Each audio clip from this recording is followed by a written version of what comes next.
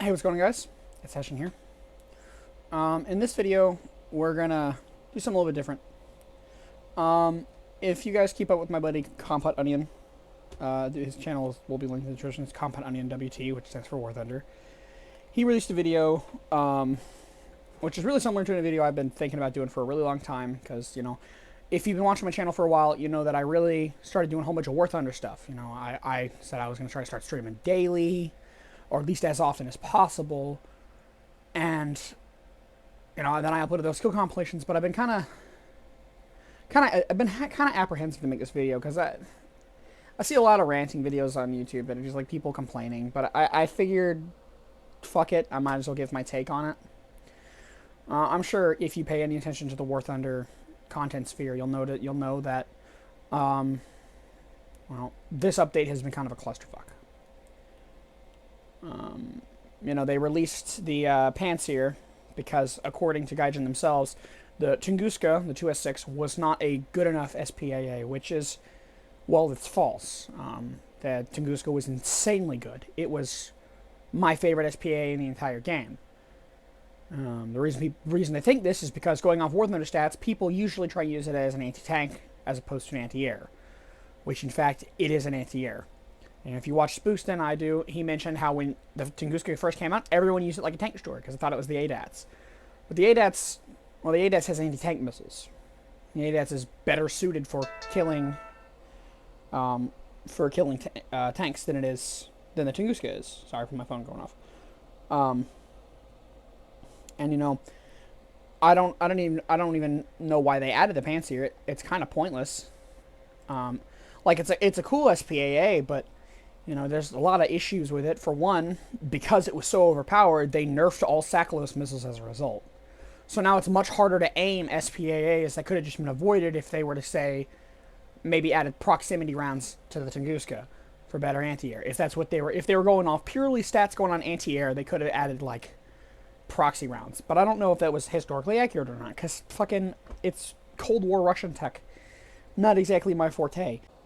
And, quick edit here. I know I said I wasn't going to edit anything in the end of the video. I'm not saying that the Tunguska needed proximity rounds to be good, by the way. That is not what I was saying. As I was rewatching the video, it's kind of what it came across as. I'm just saying that, if it was indeed bad at shooting down planes, proximity would have been better for it than adding a whole new SPAA and nerfing missiles. But like the issue with the Pantsir is because it was added, there's a capability gap. Because, anything about American anti-air, they can't really do much. Because America doesn't use self-propelled anti-air. They haven't for a very long time. We use Patriot missile defense system. I think Spookston actually mentioned that in his video about Sky Guardians.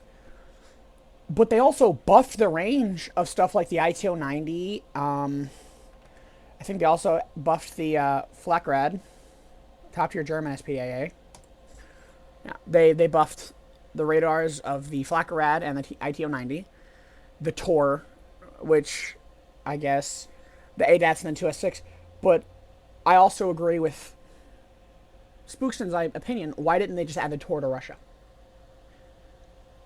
Again, don't get me wrong. I love the Pantsir. It's really goofy. It's a really goofy AA. It's a truck with 12 blatantly overpowered missiles and massive Tunguska guns. It's really funny. But I wouldn't say it's that much of a worth addition to go ahead and nerf every single Sakhalos missile in the game. And then instead of reverting that nerf, they just buff a part of SPAAs that didn't even need to be buffed if this thing wasn't in the game. Because, the issue was that this thing has such a high search cone that you can't really hide from it. And I never really noticed that because I can really only hit low-flying targets. If you get a radar ping at 13 kilometers away, sure, your missiles have like a 15-kilometer guaranteed launch range, but that doesn't mean shit. I have not been able to manage to hit anything with my missiles over 10 kilometers. Maybe 11 if they're flying towards me and not flying perpendicular to where I'm aiming. If they're flying away from where I'm aiming, I'm not going to hit them. And if they're flying towards me, the chances are higher, but they can still evade the missile. and the whole sackless buff where they just don't move for a period of time after you shoot them is... well, I have no clue if that's realistic because, I mean, while I do love military technology, it's not exactly as easy as packing my shit and going to Ukraine to see a Panzer. And, you know, even then, I'd probably get shot on sight because I'm, well, American. So, frankly, Gaijin probably does have more knowledge about this shit than I do, but that just doesn't seem like it was necessary if they could just avoided adding the Panzer. I will be touching on another point that my buddy Onion brought up, was that they seem to add a whole lot of pointless shit. Like, a lot of pointless shit. He mentions that, he would like to see more flamethrower vehicles and shit, and I was watching the video and I was thinking, well, that would have been cool, but, like, anyone who has the Churchill Crocodile can agree without a doubt that it's a gimmick. That's what it was. That's what it does. Napalm is a gimmick, too. I don't know if I've ever died to napalm in anything, and at all, ever. Napalm can be used against open top. It's like the toilet bomb on the American A1H1, or A1H, the previous Battle Pass vehicle. And speaking of Battle Pass vehicles, this Battle Pass vehicle, the French AMX-50, it's not the greatest. I feel like it's a little bit too high of a tier. At 7.3, its armor on its turret is paper. You can probably 50 cal it. And I have not tanked a single round to the turret. It's always take something. Which, I understand probably for balancing, but another issue I take with is just the continual adding of things that don't need to be added. Like, in some cases, I think it's Japan, indeed. For some cases, I understand, if Japan doesn't have their own equivalent to the F-16 or the F-4E, but, does every nation? This could just because I'm unaware. I mean, I, again, don't know much about overseas foreign military. I'm assuming that they all field or have fielded F-16s, but I, frankly, just am kind of tired of seeing them roll out an update and seeing 1, 2, 3, just 3 separate F-16s in the same update. I think Onion mentions that more subtech trees would be cool, and while it probably would be cool, it would also add to the ever-growing power creep that just kind of happens. I remember when I first started playing, 2020, 2021, one of the two, Germany 5.3 was the bane of my existence. I hated playing Germany 5.3. It's because I didn't know how to play any of the vehicles. I was typical fucking German man. I went straight for the Tiger, got my shit pushed in. But, the Panther Germany used to be the most overpowered tree in the game for quite a while. It was Germany and Russia. Germany and low tier stomped on people, or, depending on the match, they were brain dead.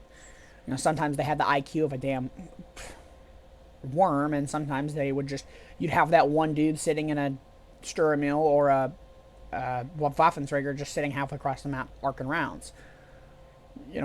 Russia has always been biased. I'm pretty sure it's never going to be non-biased. It's just kind of an overpowered tree in general because there's so much just shit that you can play. One of the main reasons I started grinding Russia is one, because I was tired of getting my shit pushed in by Russia. I'm not afraid to admit that. I'll admit that for everyone in here. I grinded Russia because it was so annoying trying to fight against all of the T-80s and all of the premium spam, like the BMP-2Ms. I hated fighting them. 2S rates, hated fighting them, so I just switched over to Russia. And I gotta say, playing Russia was actually quite fun. Consistently throughout the tree, I think this has been my favorite tree to play. The 7.7 is fun. 6.3 is still kind of ass no matter what tree you're in, but it can be fun with the IS-2s and the T-44s and shit. It can be quite fun. But with the addition of the Finnish tech tree, I believe that you're really just power creeping nations at this point. Power creeping is always exist with things like the Abrams and some other nations, like the Ariets, for one. I heard were not exactly great for a while. But I think the reason people said they weren't great is because you have to play a certain way when you're playing the Ariads. Because to my knowledge, you cannot play it like a normal MPT because it doesn't have any armor. It's a light tank. I know someone who grinded Italy, and he told me that he just played him like a light tank, and he was fine. He was happy that the DM53 was added, but he didn't think it was necessary.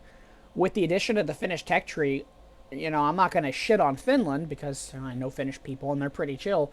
But this entire sub-tech tree did nothing but power creep. Because now there's not really a reason to play Germany unless you specifically want German vehicles. Like if you want like the Tiger and the Panzer and the Martyr and the Puma and the Begleit and the Tam and the Kampfwagen, there's not really much draw. Because, in Germany, you can have two 2A4s if you shell out $60. And you can also have another one if you did an event and pay it like $20, or if you pay like $100, you can get a 4-second auto-loaded light tank version of a Leopard 2. There's one 2A5 and one 2A6, but Sweden gets a 2A6, two 2A5s, two 2A4s, and a T80U. In my eyes, that seems like a much better draw. Sweden gets a lot of nations from their lots of vehicles from the nations. You have the STRVs, which are just Centurions, so you get British vehicles. You also get some of those blatantly, disgustingly overpowered things in the game. In my opinion, Sweden is an incredibly broken nation as of right now, and not just tense of, there's BR jumps here and there. That's, like from 4.3 to 7.0 AA. It's, it's obvious, but the most glaring issues are stuff like the USH and the UDES and stuff like that. And, it's not that they're blatantly overpowered. It's just that compared to what you face, you're a little bit more overmatched. When I used to play top tier Sweden, I think I still might have it in my lineup. I used to bring the USH into 10.0 matches because it's just a car that shoots heat rounds. I wish I was recording at the time, but I was playing with my buddy Blitz, and I killed a Merkava front on with the USH. I shouldn't have been able to, but I was able to kill a Merkava front on. It's probably about the most unbalanced nation. And, at first it's okay, and then you have things like the PBV 302 Bill. That's literally, I call it the toaster, because that's what it is. It's a really, really sluggish APC, but it's got the same ATGMs as a 10.0 ATGM carrier. It's got top attack missiles. And with this thing, I have been able to effectively one-shot tanks. There was a trick for a while, I'm not even sure if it still works, but you could slam a missile, a top attack missile, into the top of a tank and have it act basically as a normal ATGM. I wasn't sure if that was intended or not, and it's probably not how I was supposed to use it, but I was able to effectively overpressure terms by just slamming a top attack missile on top of them like it was a normal tow missile.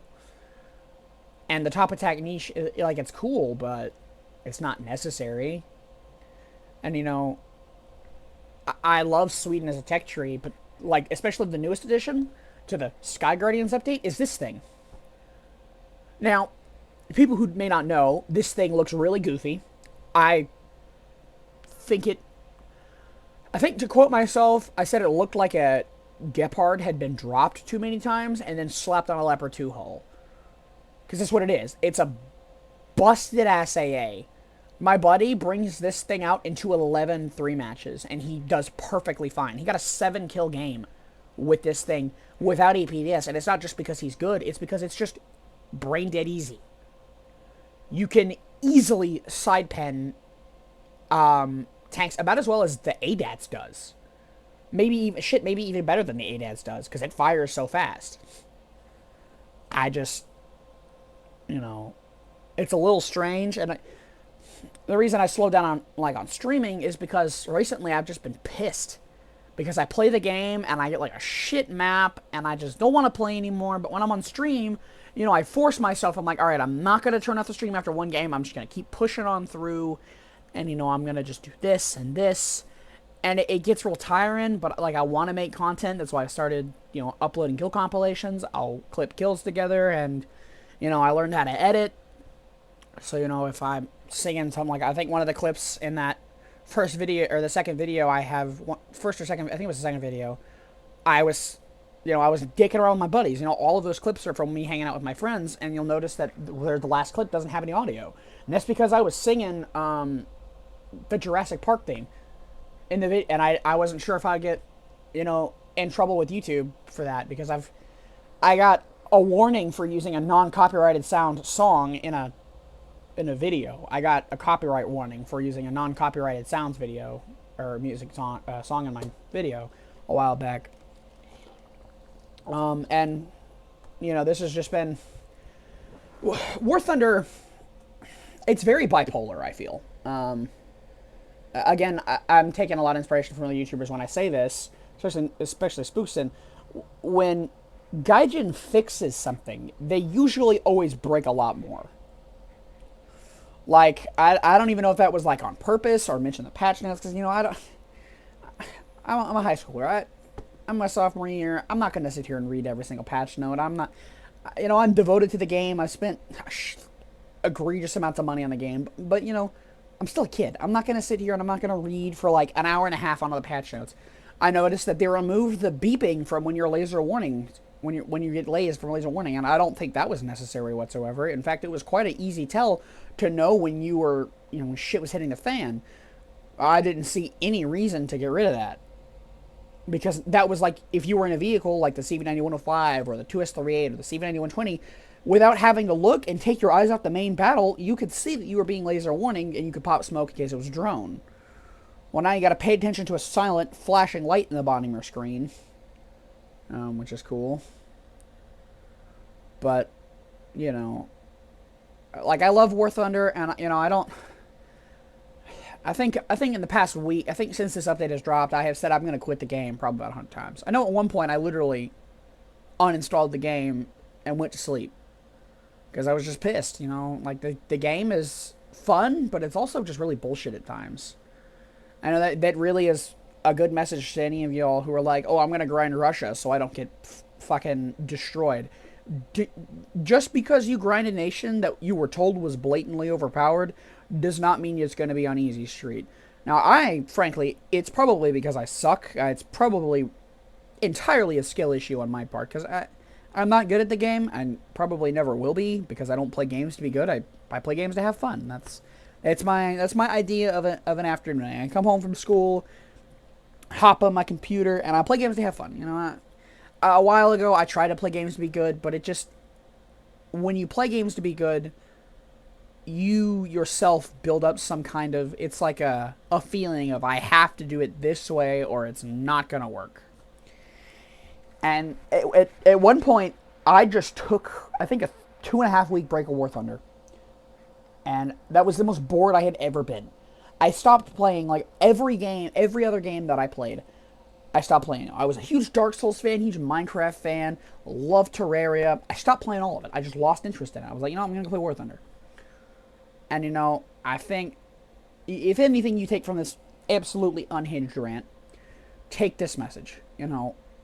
If you love a game, or even somebody, sometimes a little break goes a long way, I probably won't be playing seriously for at least a week. I'm probably going to chill out and wait till my spring break's coming up in like 6 days. So once I get that under my belt, there's probably going to be an April Fool's event. I'll probably live stream the April Fool's event. But I just want to let everybody on YouTube know that, I'm not dead. I'm dead yet. I don't plan on dying anytime soon. My channel might be, but that's just because of my absolute inability to follow a schedule. Like, it's awful. I get maybe on average 3 to 4 hours of sleep a night because I just don't sleep. I'm a self-induced fucking insomniac. So that's cool. But as I mentioned, and again, I apologize for the kind of unhinged and strange rant. I probably won't edit this video. If you see this at all, it's more than likely just going to go up as one whole fucking ramble. I almost said rantable. One whole ramble.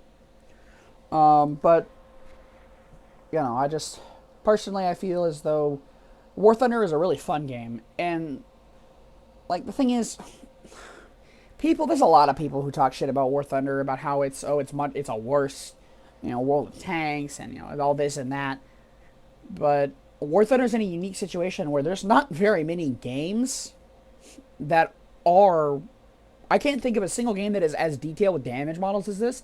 This is basically what Sniper Elite was to the shooter genre, at least from my perspective. That super realistic damage models. There's probably games before that, but again, I've played Minecraft for like 6,000 hours and Dark Souls. Frankly, I don't play any shooters, but it's got the super realistic damage models sometimes. But it doesn't have health bars or anything, and I think that's why I like it, is because it requires a lot of knowledge. To play War Thunder, you have to have a deep understanding of how the game's mechanics work. You cannot just hop into a match and play if it's your first time on. Sometimes you can, depending on what nation you play. If you're playing, like, Reserve Russia, sometimes you can literally just hop into a match and roll.